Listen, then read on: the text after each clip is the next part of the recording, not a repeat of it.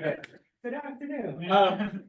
So it's really my pleasure. My name is Hauchi. I'm one of Kapil's advisors, and it's such a pleasure to be introducing Kapil for his public talk for his defense. Kapil's been a student here for many years. He was an undergrad here. I've worked with Kapil for maybe 9. Yeah. So it's been a very long time, and I think what's been so inspiring about working with Kapil over the years is not his work ethic, which I think you all know about already. His work ethic is astounding. But what's so amazing about Kapil is how much he's really transformed as a person and has been growing. And that's been showing a lot, in his personal growth, but also in his research, because the things that you see today argues for a vision of what the future work is going to look like that I think would have been unimaginable to most of us 5 to 10 years ago. And I think to have that kind of vision and to be able to build towards that vision with systems, but also with studies, to really understand how people work, but to also understand how to support them with technology as they're working, is really what, to me, research is about. I think we could do many things as researchers. We could just publish a bunch of papers. We could, well, I won't say the other things. There's a lot of things we could do as researchers, but I think one of the privileges of being a researcher is really to imagine a world in the future for all of humanity that we can all live in, and to take steps towards making that seemingly really far impossible thing possible and tangible. And that's how I think about the work you've done for the last few years. So it's just such a great joy to introduce you and for you to be able to share all the hard work you've done over the years with everyone. So, thank you, Hachi. Wonderful. So today, I'm going to show you how we can design workplace tools that are going to support novice workers in developing how they work effectively on complex problems. So we need workplaces where you can develop solutions to complex problems. And so routine work, like data entry, might have very clear tasks that a worker needs to do, but complex work often involves very high-level goals that a worker has, which correspond to many different tasks and milestones. So for example, an Agile software team wants to develop a new user feature, so they know roughly they'll have to plan some development sprint. They have some bugs to fix in their code. They'll need to plan to conduct some user testing, but there might be other things that come up that they don't know of, and they have to replan and readjust around it. And so what this means is that complex work is never fully planned out. Rather, the work practices are situated in the current work context, which includes whatever work needs people have, the worker's capabilities, and a practice that can help. And these practices include the structures for how to work well on different tasks, such as by seeking help from a peer if you're stuck, and also the cognitive, metacognitive, and emotional regulation skills that govern whether a worker is able to apply those ways of working when they need to. So this is how we understand what situated work looks like, but this is not actually how situated work happens today. And that's because workplaces have actually changed quite a lot in the last 30 years. We've had these workplaces become increasingly networked with different agile processes, different venues and social structures for collaboration, and a whole suite of productivity tools that enable those interactions. And by having these workplaces that are an assemblage of all these different kinds of processes and technologies, you can provide enhanced access to peers and experts for support. But this also greatly increases the complexity of how work actually looks now. And so what it means is that situated work practices have become networked, where a worker has many potential strategies to progress. And what it means is that even for one simple interaction, right? Like I showed you in this example with trying to fix a bug, you can work with a peer, but you can also consider how you can work on your own using some resources like Stack Overflow. You can also consider working with a mentor, such as during their office hours. And so what this means is that network situated work practices require thinking about the potential situated work practices across an entire work ecosystem. But that also means that there's challenges in actually recognizing and enacting effective practices and knowing what issues are with one's existing practice that makes this really challenging. And that's going to be the focus of my talk today. So one of the first challenges is that novices can struggle to realize when they are ineffective and what could help them. So as a very, very simple example, consider this idea of overworking to hit goals, where a worker doesn't find ways to work within time constraints, so they overwork and they can potentially burn out if they keep doing this repeatedly. And so novices can struggle to realize when they are ineffective and what support can help. So for example, realizing that you are overworking and the fact that you can think about how to help seek more or how to replan as you're kind of working, which you could discuss with your team lead at a planning meeting. But novices also struggle to identify what the actual practice issue was in the first place. So a novice may have overworked and just said, oh, the prototype took too long. But in reality, the issue is actually they didn't scope the prototype well. So they haven't learned how to form a feasible plan. And it's not actually that getting help would have helped them. It's actually rethinking how they plan for a work sprint. Now, expert mentors can provide support, but they also struggle to understand how novices practice from tool data alone. So here you can see that's very clear the novice overworked to hit their goals. But what you can't see is what are the ways that they've done this before? What are some of the past practices they've had where they're afraid to get help, where they don't have feasible slices, where they're trying to do too much work in a single sprint? And how does the mentor start to understand those and then to be able to suggest good practices to resolve them? But then, even if practices are suggested, sometimes, like for example, getting help from another person, novice might not actually do it. And so to address these challenges, my dissertation introduces what I call situated practice systems. And the core idea behind these systems is that we already have a lot of support for work tasks. Like I showed you in the network diagram before, we have tons of tools, we have tons of processes and tons of structures. What we don't have is support for actually understanding and to develop one's work practice that leads to successfully accomplishing tasks in the short term, and then in the long term, developing a capability to handle harder and harder tasks. And these systems fill that gap by providing explicit support to workers in developing their practices that underpin how they work within existing work ecosystems. But it's still quite challenging to actually realize and to build these technologies in practice. What happens is we can't actually rely on machine systems alone, because while machines are able to get data about tools and enact simple workflows on them, what they struggle to understand is actually what the practice itself is occurring, the causes of the practice, and then to figure out and facilitate a new practice that would help. And so what this suggests is we need ways to involve humans in the loop as they try to understand and enact situated practices with novices in the workplace. And the core technical approach that I introduced in my dissertation is this idea of programmatic abstractions for situated practice. And so the key idea here is that if we have machine abstractions that, one, model the situated ways of working in an organization, such as, for example, the idea of having project teams work feasibly and to surface issues in infeasible plans during a planning meeting. And then we have abstractions to be able to capture the practices that need to be tracked and understood and facilitated, such as reoccurring issues and practice opportunities and opportunities at things like office hours of the mentor. The workers will be able to actually recruit the computational support in the process of developing a practice that we couldn't do before. And I'll say a little bit more about what the challenges are to doing this as I get into the systems later on. So my thesis statement is the following. Workplace systems that embed a model of situated work practices for complex work have ways to computationally capture and facilitate situated work processes and provide computational support to understand, model, and share new practices, will allow expert mentors to support novice in developing and enacting effective practice, and which also progress their work and help them grow ability to do complex work. So today I'm going to show you 3 components that develop situated practice systems. The first is a model of what network situated work practices look like that extend our current understanding of what individual situated work practices are into network settings. And they show how people engage with multiple supports over time and the role of experts in actually coaching and developing these practices.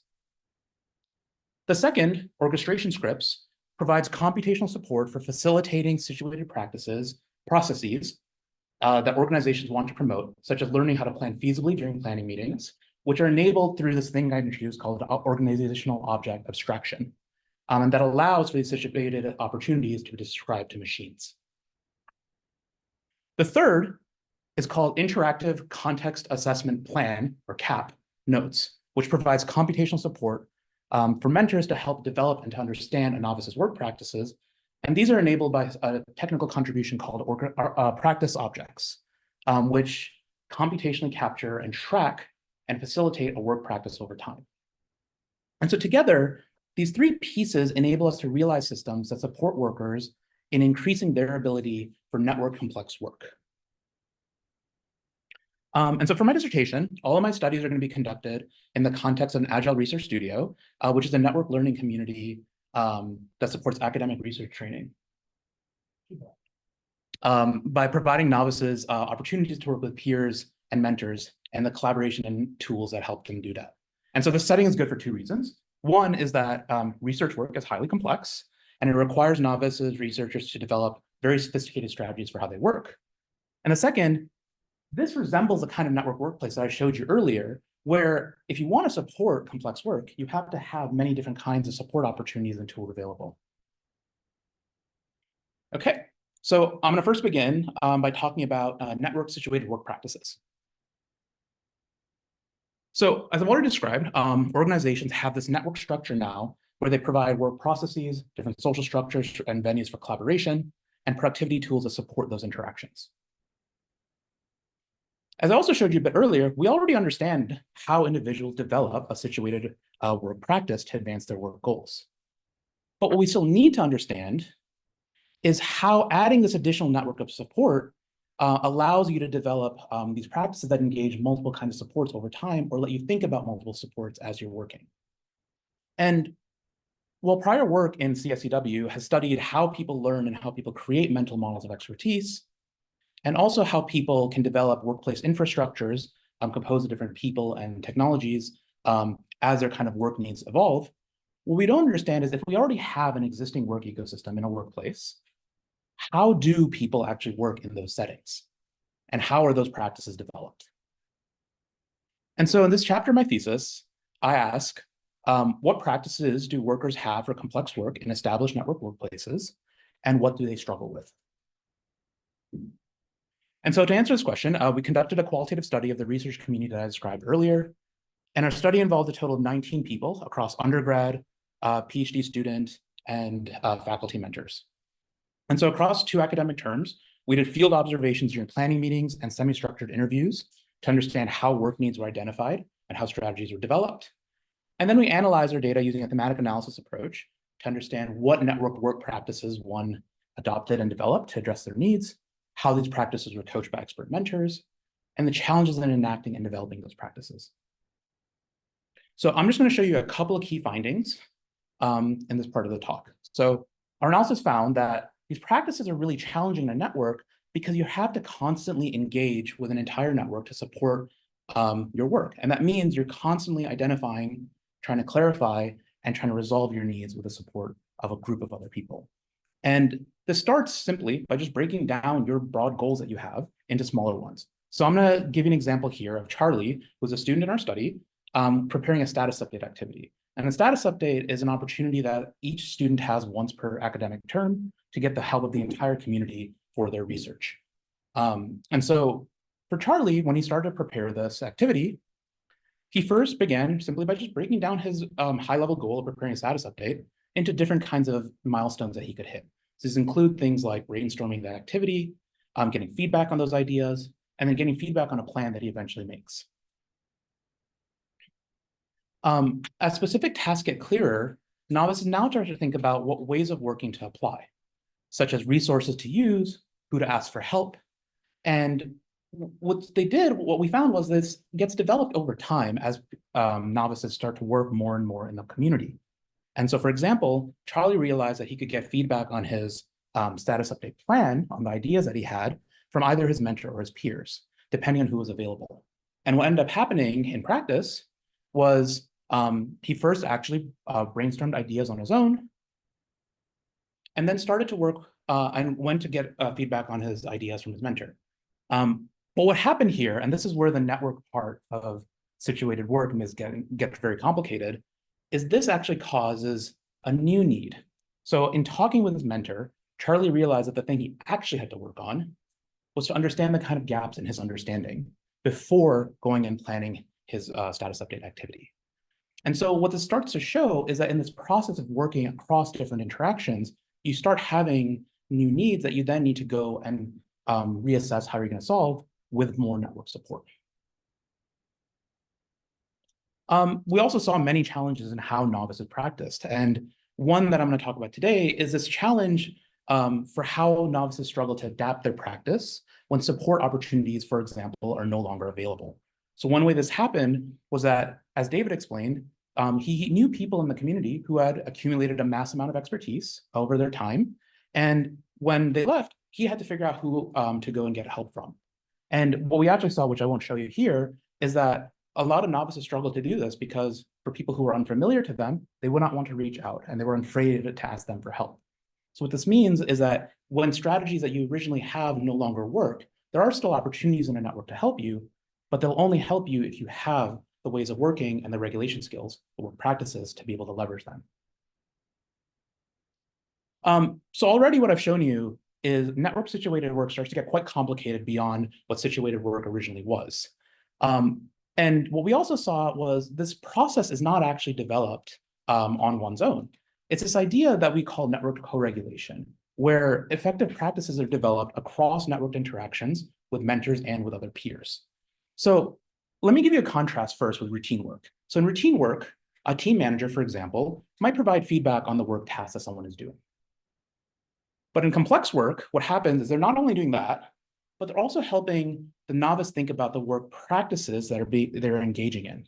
So first, mentors help novices start to see what are the different actually kinds of goals or sub-goals that they need to be able to reach this broader goal that they have for a weekly sprint. And then as they do that, they help the novice realize there might actually be other things and other work issues that they need to attend to. And then in addition, as a novice starts thinking about how they're actually going to get support from a network on each of these different tasks, the mentor also starts suggesting other alternatives. So for example, instead of relying on the mentor only for help on a need, thinking about how a peer could help instead. However, mentors had very little visibility into how novices actually practice outside of a coaching session. So the problem is that mentors only see a very small slice of the work interactions a student does, because they're not in the practice opportunities, all the practice opportunities a student is working in. For example, they don't always work with a student when the student works independently or when they go and help seek from a peer. And what happens is it prevents them from understanding if the students actually do the work practices they suggest, and if they do it in the way that they actually suggested them. And that's not all. The other challenge is that mentors often coach multiple students. And each student has different project needs, but also different practice needs that the mentor is trying to help them develop. And so this is an immense amount of information for a mentor to keep track of, especially when the practices are very personal to each student and nuanced to each student.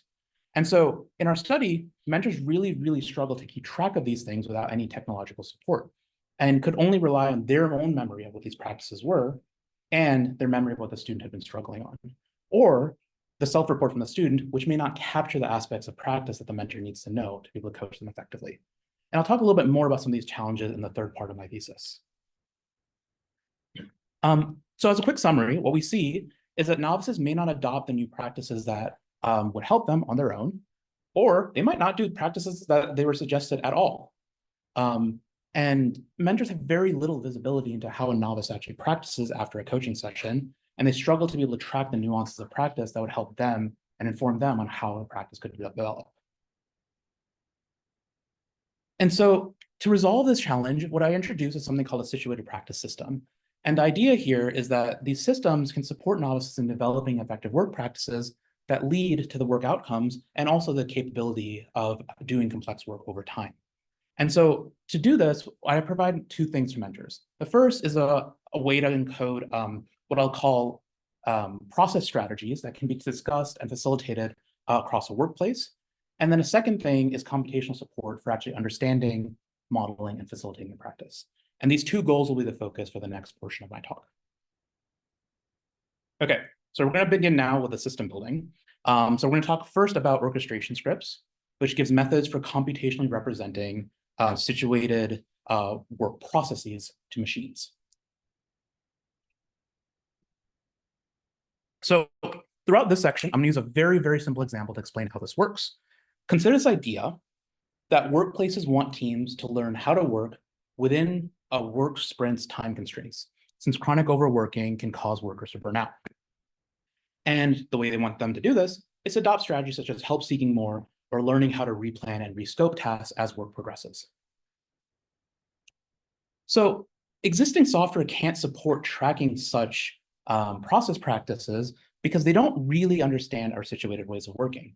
Situated processes evolve across different interactions that people have. And what we want to be able to say is something very simple. When a team is overworked, raise that issue at their planning meeting. And that goes and executes for different teams as one would expect. But with current tools, such as something like Slack reminders, we don't actually have abstractions for these ideas of teams, their planning meetings, and this idea of what it means to be overworked. And so instead, we have to provide the specific people and specific times to be able to encode a practice that actually gets surfaced, for example, at the start of their planning meeting. And what happens here is there's now a mismatch between what a worker would want to express and what they would have to express. And it's a huge problem because it moves away from how a worker already thinks about a situated process in the workplace, and what they have to then encode to be able to express that to machine. The second problem is that the automation-first nature of our tools prohibits human judgment in how strategy should be enacted in specific work situations. So a system for supporting a situated work process needs to show us signals of what's happening, like, for example, a team is overworking, and then facilitate discussions in the appropriate settings. So if the machine suggests, hey, there's potential ways to ask for help, to defer tasks, and to replan a sprint, what you don't know is what is actually going to help the team make progress or learn to be more effective in that particular situation. But what happens is that the best tools we have right now are really workflow automation systems. And these systems, for example, like Zapier, are really designed for automating a rote process. Like, for example, creating a file in Google Drive when one is received by email. And it's not really for helping us strategize and understand what practices are happening and what is not working. And so as a result, these tools are actually inflexible to us adding our own human judgment and how we want to discuss and how we want to resolve issues that come up. So in this part of my thesis, I introduced something called orchestration scripts. It's a system that allows for encoding what I call process scripts. And I'll show you that in just a minute. But the idea is that to realize this vision of situated practice systems, what we need are ways to computationally encode process scripts that specify when, where, and how work practice need to be facilitated during a work process in a networked ecosystem. And to do this, what they provide is something I'll show you in a minute called computational abstractions of an organization's ways of working. And those allow us for encoding the situated work practices that workers can attempt on their own and with others. So let me show you how this works. So we're going to start with the same example that I talked about in this portion of the talk at the beginning. This idea that when a team is overworked, help them consider ways that they can help seek or replan and to discuss those strategies with their project manager during the planning meeting. So I'm going to break this into 3 parts. And now I'm going to create what's called a situated script using these pieces. So a situated script includes a situation detector for what you want the system to monitor for. So in this case, at the end of a work sprint, see if a team has overworked. And then suggested strategies that they can be discussed when this situation happens. And finally, the opportunity in which to raise those strategies for discussion, such as to a project manager at a planning meeting. Now, here's where I'm going to start turning this into an actual program that we can run. So I've highlighted a few things in orange here. And what we're going to do is turn each of these pieces into code. So we're going to use something called organizational objects, which are abstractions of an organization's ways of working. And so we're going to replace each of these parts with an abstraction that links to a specific part of a way of working. So for example, here we'll start with a sprint process. Then we'll start with the productivity tools. And then the social structures and relationships. And finally, the venues for collaboration. So now what we have is something that looks roughly like a program. And we can now start to have this general strategy about a situated process for thinking about replanning when one is overworking that we can start to actually surface. But we actually have to get this to work now. So the next thing we're going to do is actually map actual values onto them. And so for that, what we did was create something called a Studio API. And what that allows us to do is bring together all this data about an organization's processes, tools, social structures, and venues into a single place that can be used to instantiate each of these organizational objects. So for instance, here, you'll see the start and end of sprint processes. You'll see the data about planning that from the two teams. You'll see social structures that correspond to who a team's mentor is. And you'll see the venues in which they do planning. And so I'm just going to execute this for one team. So what happens here is that we then take what's called we create an execution engine that then takes these data for each individual team. And then it goes and it recognizes when there's opportunities to present these strategies for practice. So what it's able to do is take this general script that you see here on the far left, take data from the Studio API, insert that into the script. And then, because we see here that Jim and Bob actually did overwork, sends them a message on Slack, or sends Luna a message, who's their mentor on Slack, to suggest talking about these replanning strategies, along with a link to their specific planning tools so they can talk about what happened in particular that caused them to overwork here. And this would, of course, work similarly for any other team who's also in this organization. And so to just put this all together for a moment, what this gives us is a way for technology to now facilitate a situated process across a workplace, because we have now ways to express the kinds of situations we want machines to actually track and what they should do when those situations occur. And so this is a major step towards realizing this vision of a situated practice system, because without these abstractions, we have no ways to actually encode and enact these situated strategies with the help of software. And so to study orchestration scripts, we ran a 2-week field deployment in the research community I detailed at the beginning of this talk, where we asked, how do situated orchestration scripts support people in enacting these situated work processes across a work ecosystem? And to study this, we wrote process scripts for when a team was overcommitted on an upcoming week's plans, ways to help them think about end-of-term deliverables, and ways for working effectively across different venues. So I'm going to show you just a couple of key findings that we had. So orchestration scripts allowed coaches to catch important work needs that they normally would miss. So using organizational objects, abstractions I talked about a little bit earlier, we were able to capture a student's planning process as they were working. And then when they were overcommitted on the upcoming week's plan, surface that issue at a planning venue where it could be discussed. So in this example, what we found is that Irene, Amanda's mentor, thought it was super helpful because she would not normally check a senior student's plans, expecting that they know how to plan feasibly on their own. But because it was raised to her at the planning meeting, she paid special attention to it during that specific meeting. In addition, situated scripts also encoded the relevant strategies that could be discussed at the time the script was surfaced. And so here we show a script where some of the suggested strategies to talk about are for how to plan an end-of-term deliverable. And so what we found when these were surfaced, as Robbie explained, is that these strategies were helpful because they were surfaced at the relevant and exact the situation in which to discuss them, such as the last planning meeting of the term. And lastly, because these organizational object abstractions encode how people work across different interactions, we can also start to encode suggestions about how people should work in different venues. So for example, in this example, we have a suggestion on how one can work at an office hours that's coming up later in the day by suggesting things that were in a planning log of a student. And so because of this, what happened was Amanda, the student, was prompted to think about how to use office hours to progress her deliverables. And because of that, what Irene actually saw an opportunity for was how to help Amanda think about how she could learn to work more independently instead of just asking Irene how to actually do the work.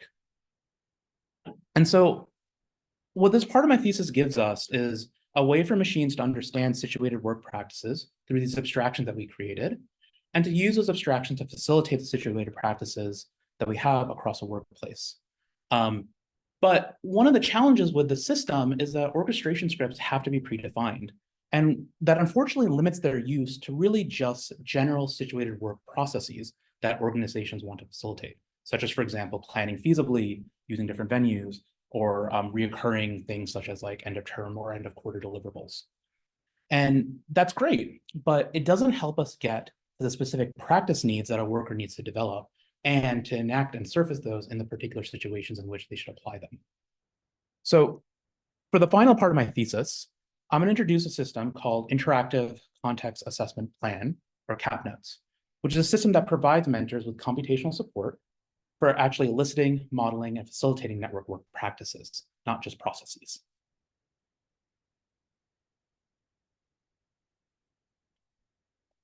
So before I get into some of the challenges about why this is difficult, I actually want to start with some need finding that we did. And so what we did was study 2 expert mentors at their coaching sessions in the same research community that I discussed earlier.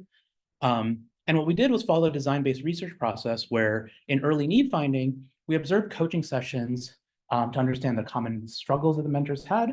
But then later design need finding, we started to actually create design probes and early prototypes that provided additional insights into some of these challenges. So here's a model of an expert mentor's coaching process. I'm going to get into details about each of these pieces in a moment. But broadly, there were 3 activities that we saw mentors struggle with. The first is to elicit how current practices went. The second was to actually build a model that links the observables that a mentor noticed when they were eliciting a practice to what issues there were and what new practice could help. And the third was to facilitate a novice's practice in a network workplace. So I'm going to explain each of these now, starting with eliciting how current practices went. So when a mentor is trying to elicit a practice, what they're really trying to understand is what work outcomes were produced and what work practices, including the ways of working, so the different structures and the different ways that you can get help from other people, and also the regulation skills, such as emotional reactions, for example, were applied that led to those work outcomes.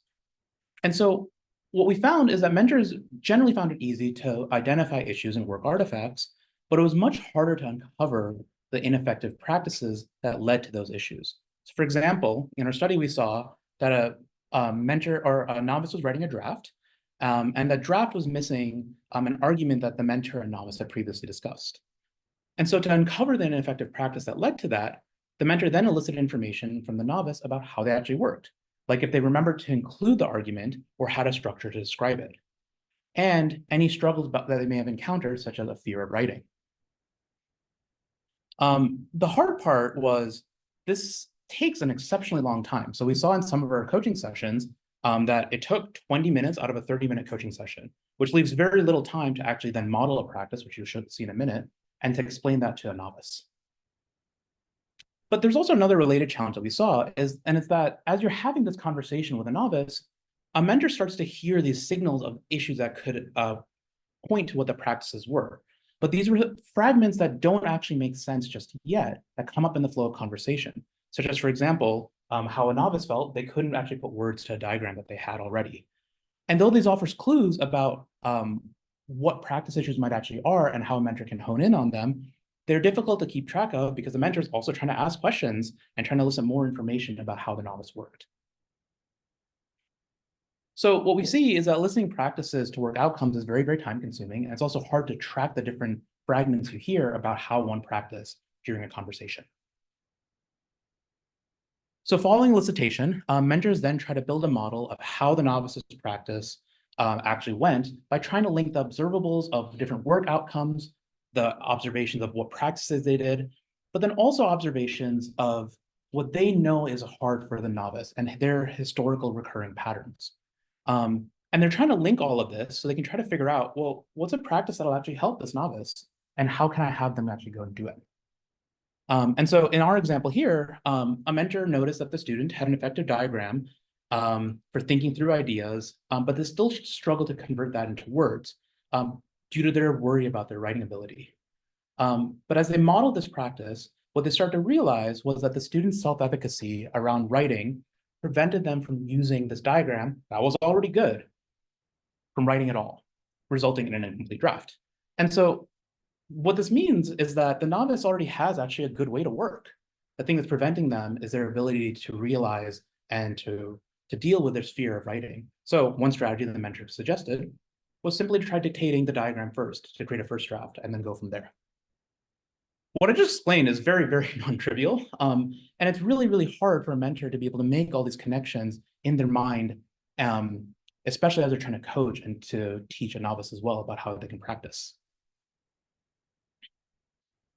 And finally, Novices also need support for facilitating different practices, such as structured scaffolds when working, such as, for example, a design argument template or a diagram for how you're actually working, or for a diagram for how to write. But also encouragement to actually enact a specific practice when working with a particular peer, for example. And so what we saw is that mentors would suggest all these scaffolds and all these practices in a coaching meeting, but they can't provide support to a novice to actually do them in situ. So for example, a novice can be told to come to office hours to work on something or to go try to work on something on their own, but there's no guarantee that they'll actually come and do the things that the mentor suggested to them with the mentor or work on their own. And so we saw multiple instances where novices misunderstood how they should actually practice. And what that resulted in is them forgetting to do practice altogether or resulting in work outcomes that were very different than what a novice or what the mentor had expected.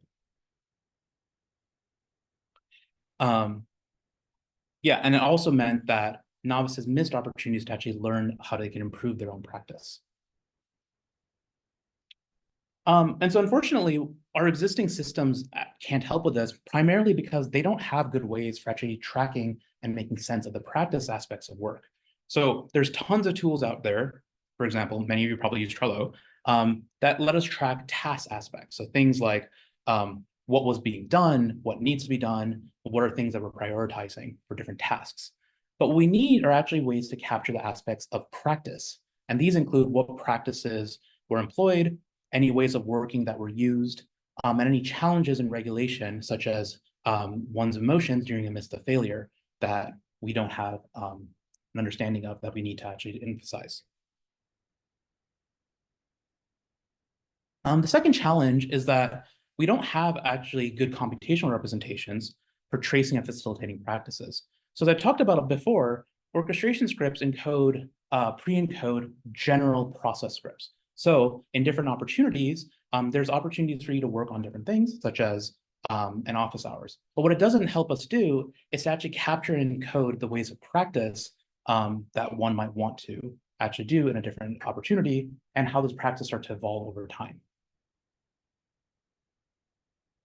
And so to address these challenges, my third chapter introduced a system called Interactive Context Assessment Plan, or CAP notes. And what this contributes to the overall thesis is this idea that a situated practice system needs to provide mentors with computational support for understanding, modeling, and facilitating a novice's work practice. And they can do this if they embed practice object abstractions that capture the project issue, but also the gaps in a current practice that contributed to it, and new practices situated in workplace interactions that'll help the novice and that a novice can attempt. So let me show you how this works. So CAP Notes helps mentors elicit practices by capturing a practice trace that connects the work artifact they previously did to the practice the mentor suggested. So when first opening CAP Notes, a mentor sees that the practices suggested here were to prototype a richer reflection scaffold in their CAP Note system. And so what they see first is the follow-up outcomes, which include the deliverables the student had for each of the practices the mentor suggested, and reflections on them. So in this first one, they see that the novice was able to use an interface argument structure, a way of working, to create a new reflection scaffold, and they reported that it went well. So as they review these practices, we also provide mentors with something called loose structures that allow them to track their observations as they review deliverables and as they work with a novice. So here, and these loose structures are called issues of concern, as you can see on the top. And so here what happens is that the mentor first notes that the scaffolds the novice created were better, and so that the practice went well. But then they also see from the second practice over here that the novice actually didn't finish it. They didn't actually finish a prototype and were not able to test it. And that's because they got stuck on a bug and didn't seek help. So this results in two issues of concern being noted. One, that the novice got stuck on a bug and wasn't able to make progress, but then also that they didn't get help. And here the mentor doesn't quite know why yet. So now we start getting into the modeling phase where you start having some of these observations and you're trying to understand what the actual practice issues were and also try to suggest a new practice to the novice. And so here the mentor creates a new practice that they want the novice to do called getting a full slice of a prototype, which includes doing a prototype, some user testing, and data analysis on it. To support the modeling of practice, what CAP notes provide is a structure called context, assessment, and plan. And so this helps a mentor link the work issues they see to gaps in current practice and even potentially reoccurring practices, and then suggest a new practice for the novice to try. And so the mentor starts by including context about Stella getting stuck on a programming bug and not seeking help. They then write that she's struggling to do things like seeking help, which will help her move faster, which is something the mentor already noticed, but they don't quite know why this is happening. So for here, while writing an assessment of what's happening, the mentor can also consider reoccurring issues in one's practice that are tracked by CAP notes. So here you see one of the issues is that Stella has a big fear of not being seen as not smart when she goes and asks for help. The mentor realizes this is actually what's happening here as they're starting to discuss with the student during the meeting. And because of that, adds this as the practice gap that they see as far as this issue is concerned. And then finally, the mentor starts to suggest some strategies that help with the work issues and also different practice issues that the novice has. So to actually facilitate this practice, we created something called practice agents, which allow a mentor to provide tailored practices with in-situ support at different interactions that the novice works at. So what happens is the mentor describes these practices using a domain-specific language. So if you see here on the left, there's small tags that include help and reflect here, but we also include ones for replanning and for reflect and for self-work. And what this allows us to do is have the mentor say what kind of practice activity should the novice work on to progress their work goals and their practice needs. And as they write these practices, they can also include different resources that can help. So if you look up here, you'll see with this help session, it says with Chester, which suggests that the novice should go and work with a peer named Chester to get help. Over here, it says they should come to office hours. And later, not in this example, but you can also attach things like using certain representations, such as a way to take user feedback and to understand it that way. And so following the coaching meeting, what happens is that CAP Notes shares all these practices with the novice, including links to working structures that can help. And it'll do things like starting group messages if any of the practices, such as the first one here, recommended that they actually seek help from a peer. And that lets them start to actually initiate the process of seeking help with a peer on this practice that the mentor suggested. And then later throughout the week, CAP Notes also services practice opportunities in which the novice can work on different practices their mentor suggested, like coming to an office hours with some of the synthesis of findings that a novice had worked on, so they could discuss it together and discuss implications on design. And finally, CAP Notes promotes practice-specific reflections prior to the next coaching meeting. So as you saw in the very first part of my demo, there were reflections that the novice had made depending on different practices they had. And this is where these reflections come from. So here, what you see is a help-seeking reflection that specifically asks the novice to share what kinds of deliverables they were able to produce, what that helps advance in their work, and why they think this help-seeking practice is actually an effective way to work and their reflections on that practice. Down here, you see a reflection practice that asks the novice to reflect on the prompt that the mentor gave, but then also to help the mentor or the novice start to think about how that practice is reoccurring in their own ways of working and how this reflection helps them try to see that differently. So far, what I've shown you is just the interactions that CAP Notes provides, but not actually how it works. And so in this part, I'm going to show you something called a practice object abstraction that allows us to actually track and resurface facets of practice as it unfolds.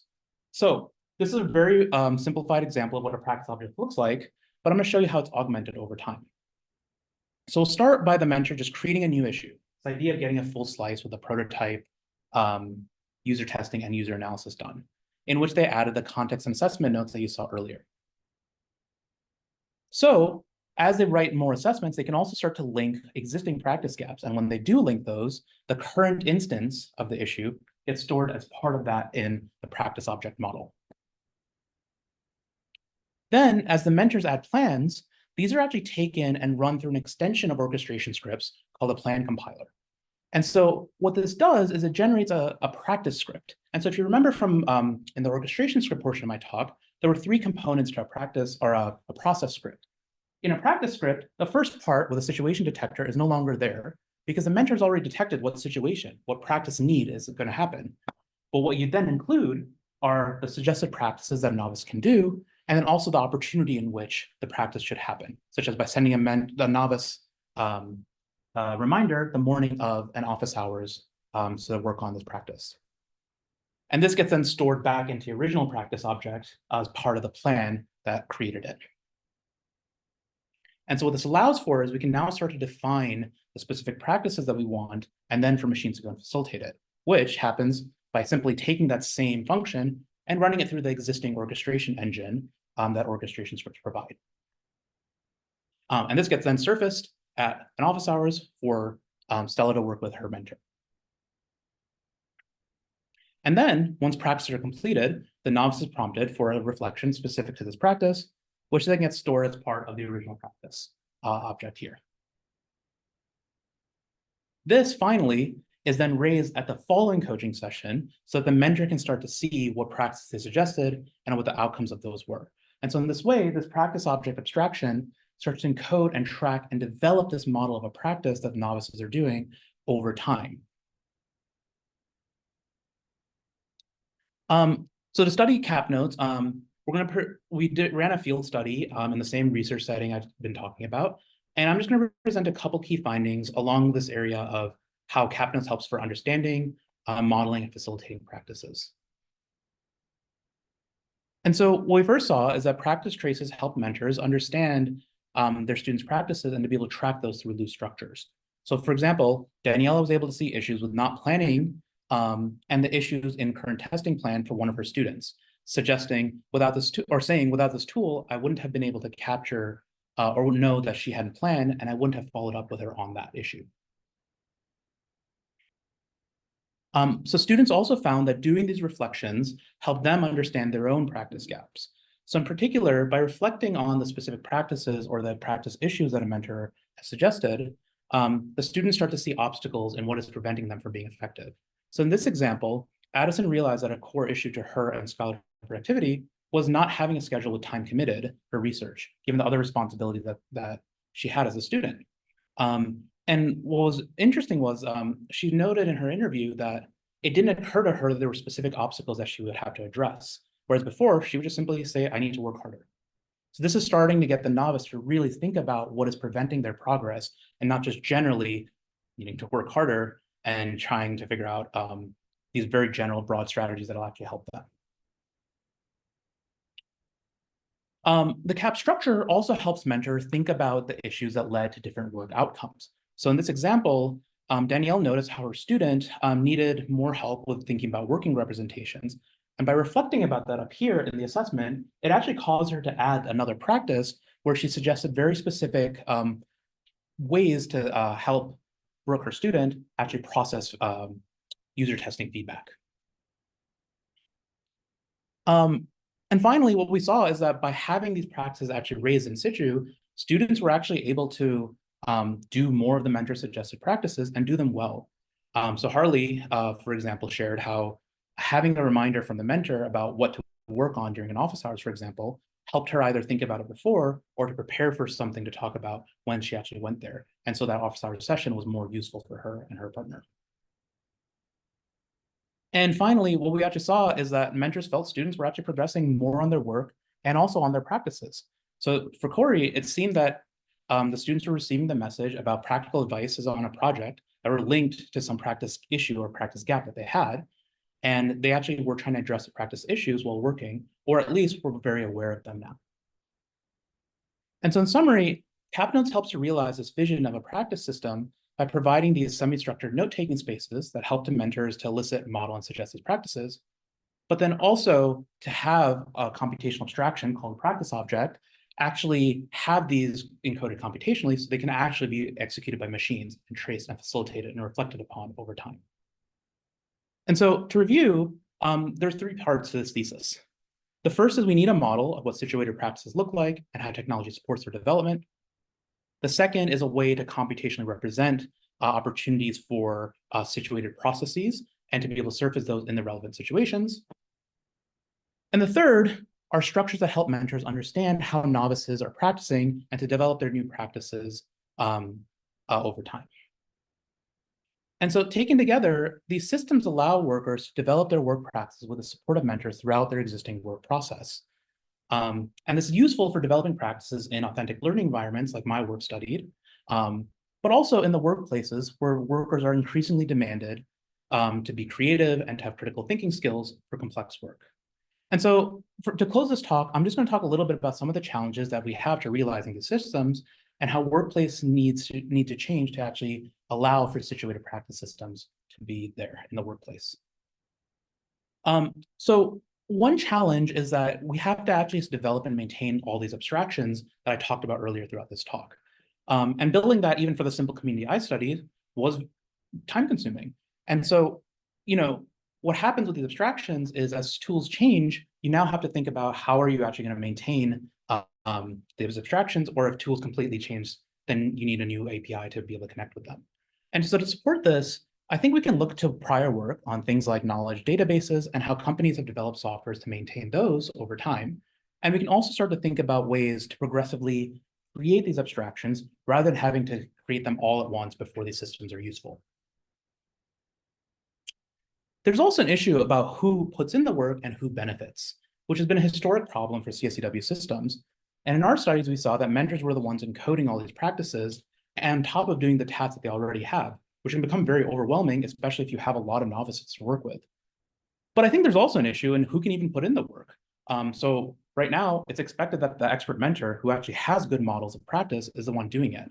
But I actually imagine a future where we can take these tools and not only have them depend on the expert mentor and their abilities, but maybe provide ways for a team and an organization as a whole to reflect on what practices the team needs and how we can start to encode them and have machines help facilitate them.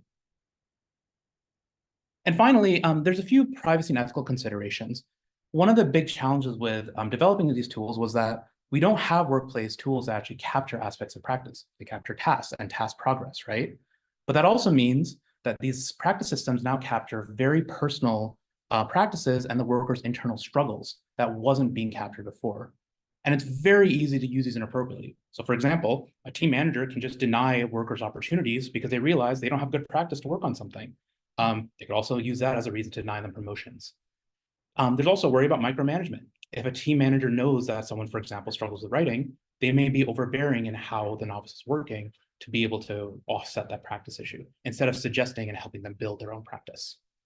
And for these, what I think we need are organizations that just foster more mutual trust and sharing and emphasis on practice development. And I'm going to use that to transition to the final part of this talk, to just say, what do we actually need to change in the workplace to be able to have these practice systems there? And so on one hand, I think we need to be more sharing of our own models of practice, both for juniors and senior workers. So junior workers, I think, will need to feel more supported in sharing the practice challenges and trust that their mentors won't judge them for those sharing.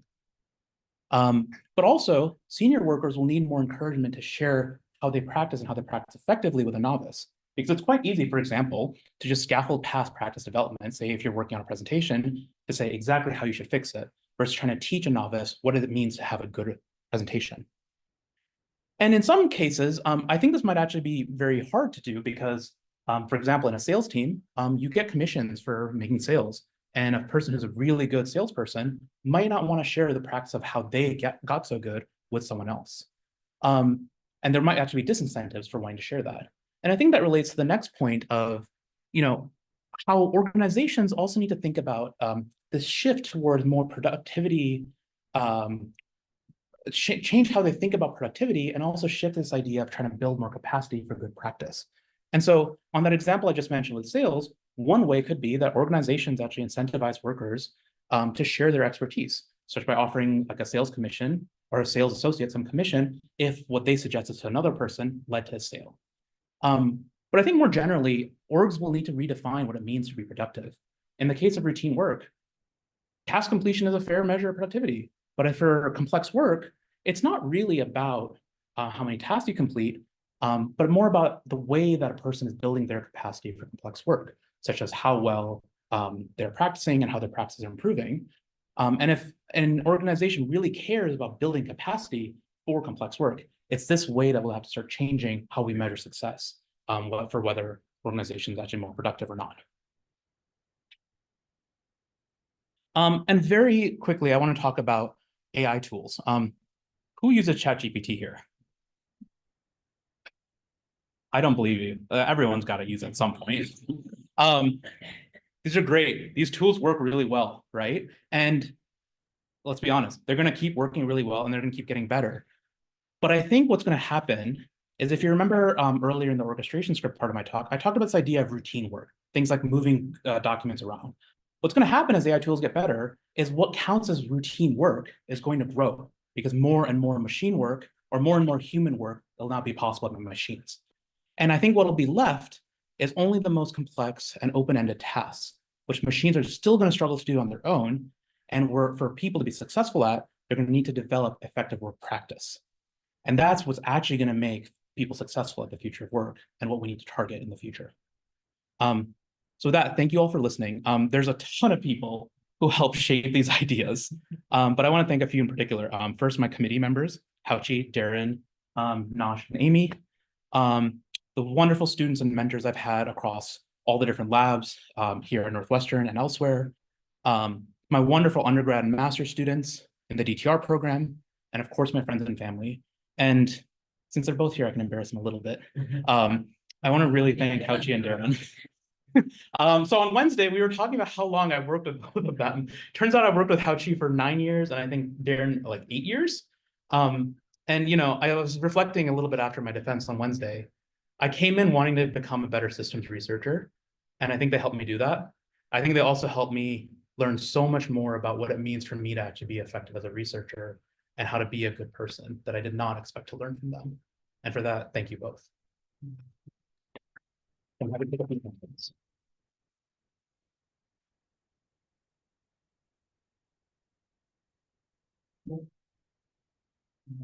I want to tell you because he didn't expect to learn how to be a good person.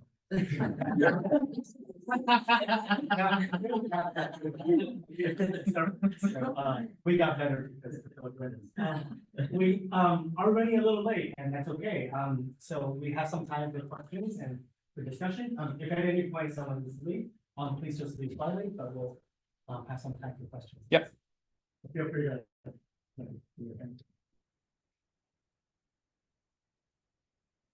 All right, slide 116.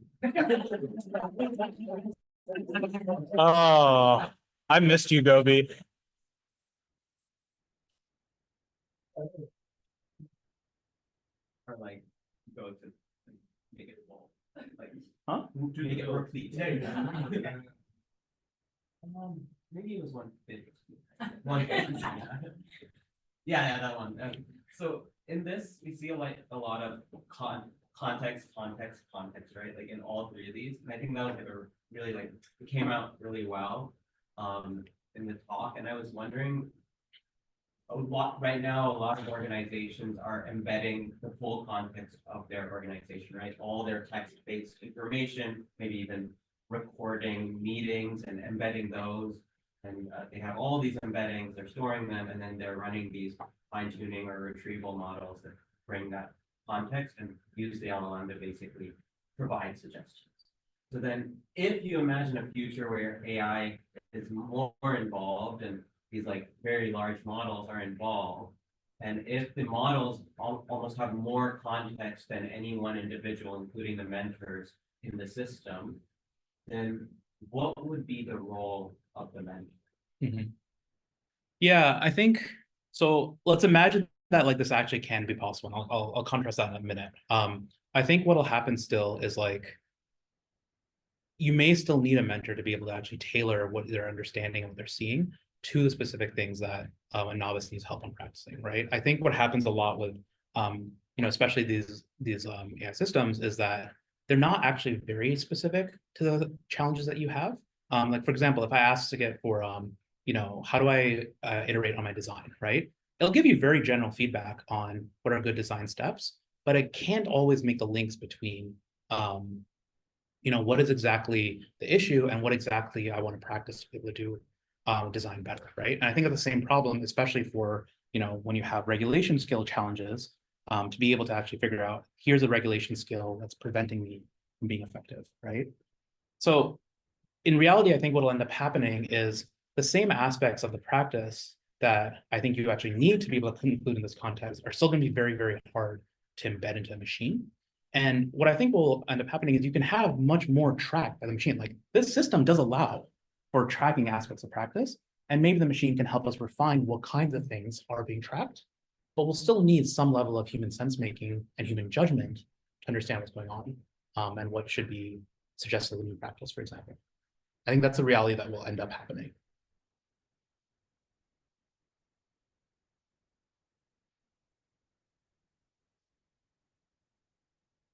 Yeah. I think we follow up a little bit on specifically the last chapter. But it appears to me is like it does require an expert mentor to be able to leverage this towards good diagnosis. And I'm curious to hear about your thoughts on how you teach or learn diagnosis and effective mentorship, and specifically towards your point on micromanagement or how ways that we work don't necessarily support that. So how do you move as a group towards supporting that mentorship? Yeah, I think so I'll break that into two parts. So one part is how do you actually help someone learn how to do diagnosis, especially for things like practice that are a lot harder to see than simply, issues in work, right? I think the expert mentors who are really, really good at this have honed it over many, many years, right? And they start to see across many, many students, across many novices, what common challenges and common failures are and how this kind of come up in different cases, right? One thing that, I don't know if Grace is still here. My students, Grace and Lynn, were working on is kind of a way to embed some very common examples of practice issues that come up. So for example, when a person doesn't do a writing thing, it could be because they don't have good structures, it could be because they don't have, or they have a regulation skill challenge of actually being able to write well, right? And to be able to surface those to a more junior mentor so they can start to see, hey, these issues might actually be coming up. Do you think any of them actually match, as a way to help them start to inquire more about those kinds of issues. So now no longer relies on the mentor being able to see all the connections just in their own head. They can actually have a model that helps them kind of understand and process too, right? I think for the part about less micromanagement, I think it's a tricky one. I think that if you really want a student to grow, you have to be able to encourage and have trust that they will try the practices you have, and as a mentor also be willing to work with a student for many months, many years even, to be able to develop some of their practices. I think to do that, there needs to be trust between the mentor and the student, of course, one to share it and also to expect that they will try their best to try to do it. But then also at the organizational level, that this is actually what we actually want each and individual worker to actually be able to develop and grow to do. So there's actually an organization-wide norm that this is what we want and what we want to follow and chase. Yeah. The mentorship is challenging. Obviously, I think that's a great question. How do you do that? I do think that one prerequisite here is that it's the formal assessment of what's going on. To really try to ground the assessment of what's happening instead of saying, for example, oh, this is just a bad student. Or oh, this doesn't work. Well, just do this. Just do this doesn't work because that person's actually struggling with something that they can't adopt the practice that. And that's why they didn't do the practice in the first place. Something I need to do. So I think, I'm not saying this is sufficient, but I think it's necessary to even create the space for mentors to ask those questions. And also couple with them, you need to have a culture where the first conclusion isn't just, oh, this person doesn't know how to do this, fire or bad student. That's the culture. But I just don't even know how many places are thinking in learning spaces and in workspaces are really thinking about thought assessment. What's really happening? Why is this person struggling? What do they need? As opposed to, they didn't do this, just do this. I think it's a step.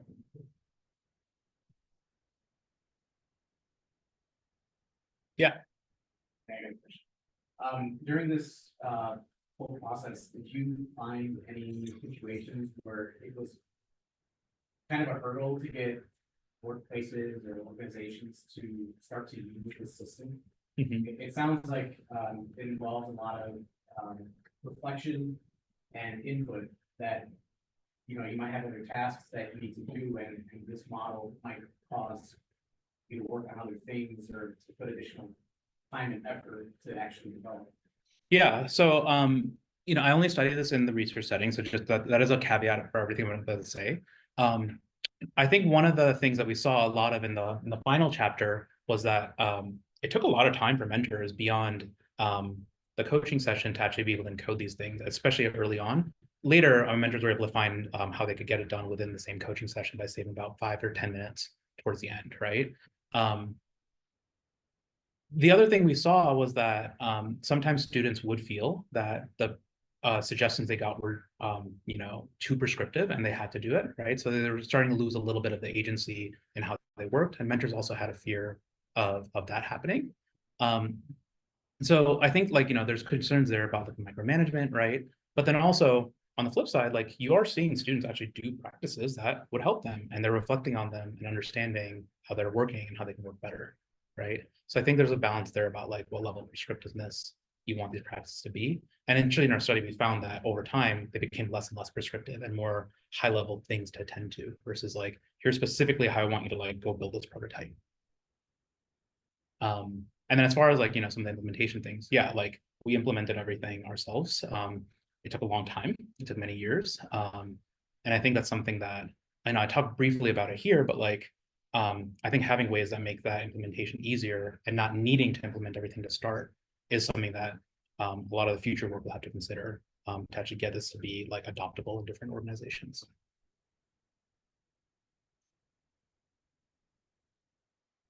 Yeah.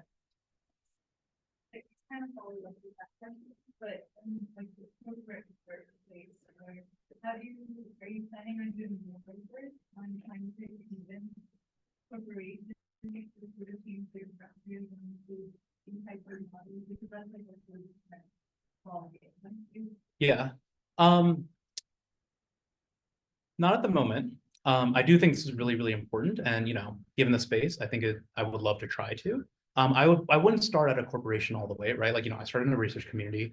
I'd probably start to do something in a larger community of practice, for startup accelerators where, there's a little bit more, desire to want to experiment and to learn how they can be more effective. Even startups too, right? As they're starting to develop good practices for themselves and then try to get up to bigger and bigger organizations. I think going from, here to say an organization like Slack as a whole be very, very challenging when they already have a lot of very set processes already, and then trying to instrument all of those as part of this work. Yeah, Darren. Am I allowed to ask questions? No. Yeah. That was a question. Yeah. No, this makes me rethink actually the last two questions.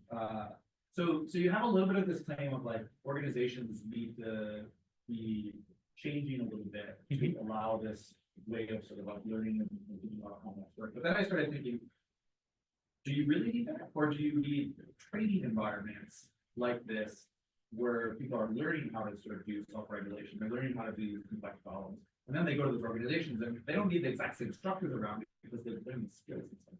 And I feel like that's I hadn't thought about that before to ask you, but how do you think about that? Do you really need to change the organizations and the organization cultures and their processes, or do you think there's a way to train people so they're more effective when they get into those more traditional, siloed or ossified organizational structures? Yeah.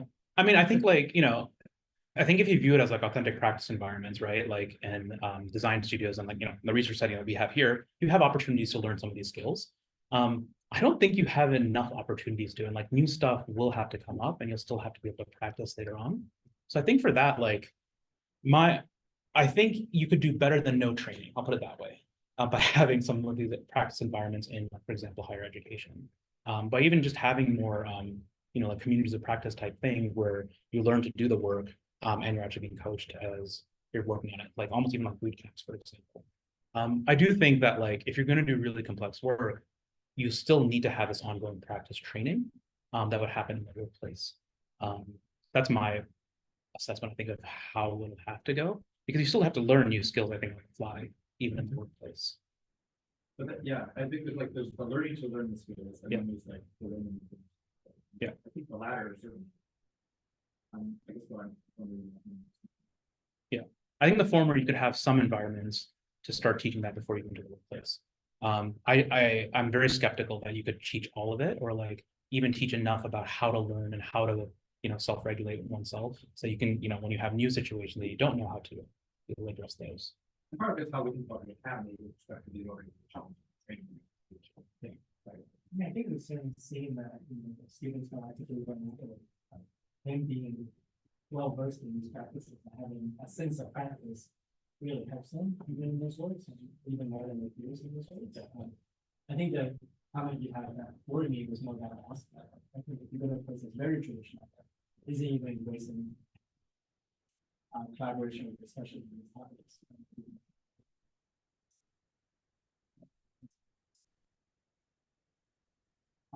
Maybe a related question, since they're involved with those.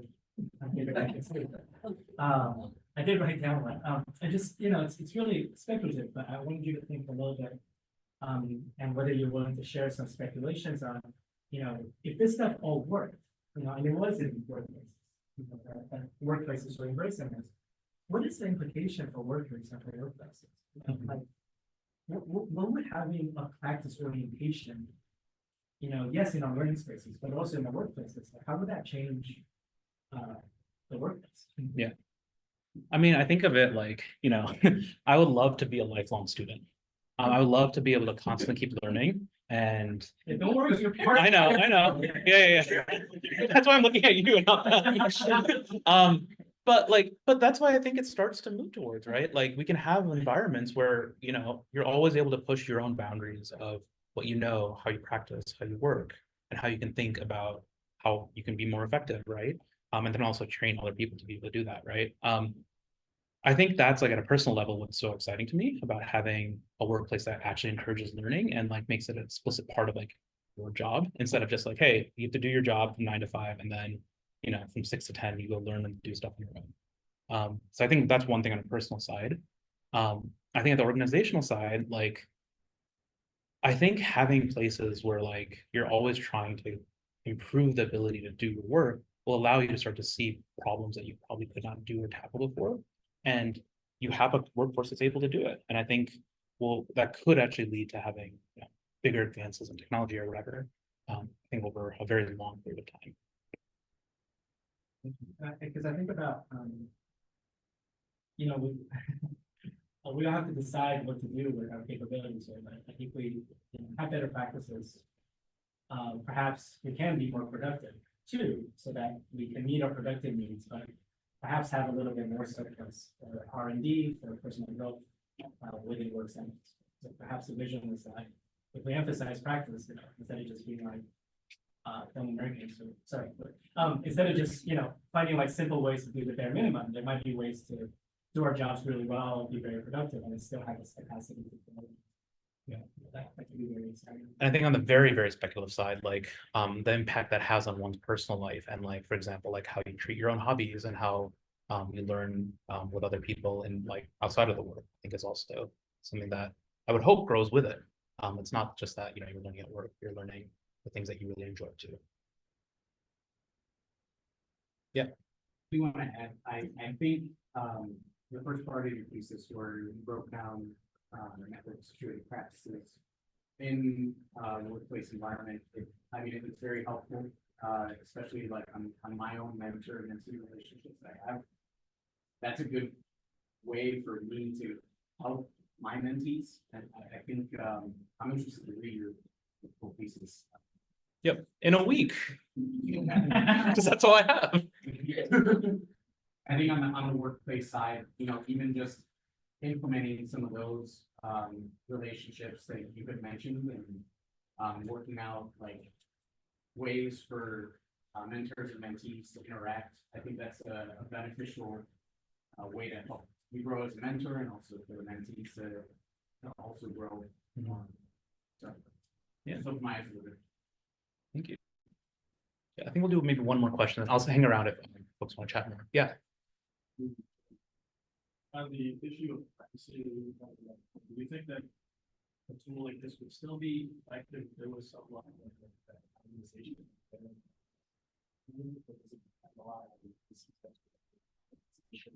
Yeah. hard and for as a form of writing. Some student Mhm. business. I think that's an interesting question. I think anonymization can happen at different levels, right? So like the one that I think of is easiest is like, if a performance review is happening not by just your manager, but like your manager's manager or something, like higher sub team, maybe that level it does get anonymized, right? But I think when you're actually coaching practice, it is going to be very personal to every person. So like an example I used before is like, once someone struggles with perfectionism, right? One person struggle with perfectionism means they're going to just work a ton and try to get something that's really perfect. The other person might not even try. That level of personalization is needed to be able to suggest what practice each one of the people should do, right? And you do start to understand what each person is struggling with and like tailor your practice to them, even if there's like some level of anonymization in the tool itself. Like we make the links, right? And so I think a better solution is not generally just to chase the technological anonymization approaches, but to like really have organizations where we actually care that continual learning is a piece and is really important, and that practice development is actually what makes us effective. So I think it's going to be more of a social shift than I think a technological shift in this case. I think a technological shift is that we do have ways to actually capture practice, and that we do design these tools to be practice forward versus just task forward.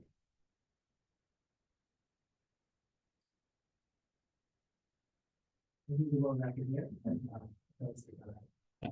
Great job. Thank you so much.